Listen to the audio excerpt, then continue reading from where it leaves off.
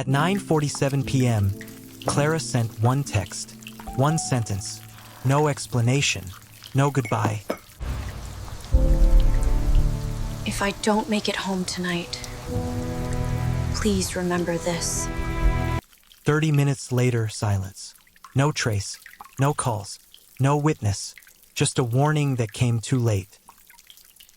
Tonight, we uncover the story of Clara, a young woman who vanished after sending a single message, a text that would become a haunting clue, a chilling digital footprint, and a mystery that refuses to be solved. She worked an administrative role at a logistics company. She lived alone in a modest apartment. She paid her bills. She called her mother every Sunday. Friends described Clara as cautious, not reckless, not impulsive.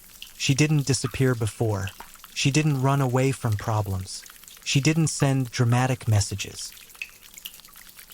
Which is why that final text mattered so much. It was out of character and deeply unsettling. The day began normally. Clara arrived at work at 8:12 a.m. She attended meetings. She ate lunch at her desk. At 6:05 p.m., she clocked out. CCTV showed her exiting the building calmly. No distress, no argument, no one following closely behind. At 6:42 p.m., she was last seen at the bus stop she used almost every day. Then nothing. No arrival at home. No further messages. Until that text at 9:47 p.m. The message wasn't long, but it was deliberate. It wasn't sent in panic. There were no spelling errors, no shaking thumbs, which suggests something chilling. She had time to think. She knew something was wrong, but she wasn't free to explain. Why send that message? Why then? And why to her sister, the one person she trusted to act? Police initially classified the case as a voluntary disappearance. She was an adult. No signs of violence. No ransom demands. But her family insisted. They showed investigators the text.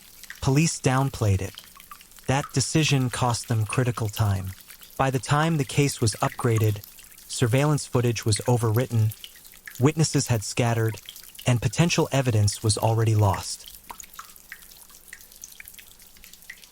When phone records were finally analyzed, something disturbing appeared. 3 missed calls, all within minutes of the text, all from the same number. Pause 1 second. A man she knew, someone from her past, not a stranger. When questioned, he denied seeing her. He claimed they hadn't spoken in weeks. His alibi? He was home alone. At first glance, nothing contradicted him, but something felt wrong.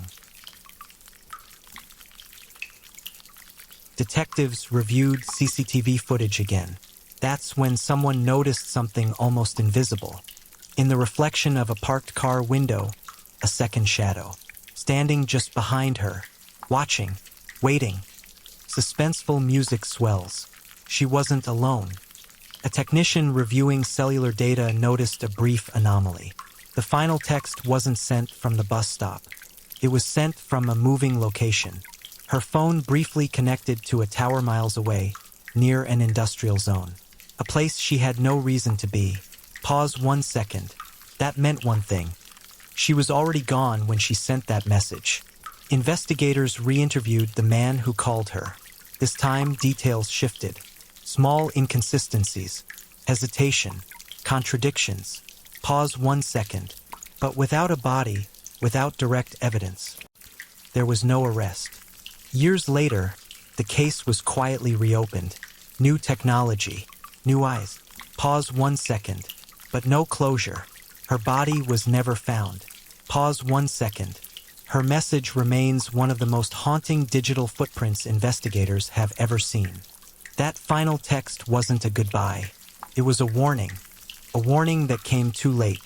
If police had listened sooner, this story might have ended differently. Cases like Clara's remind us, sometimes the smallest message carries the biggest truth. If you want more real cases like this, told with respect and depth, subscribe, like, and stay with us. The next story is even darker.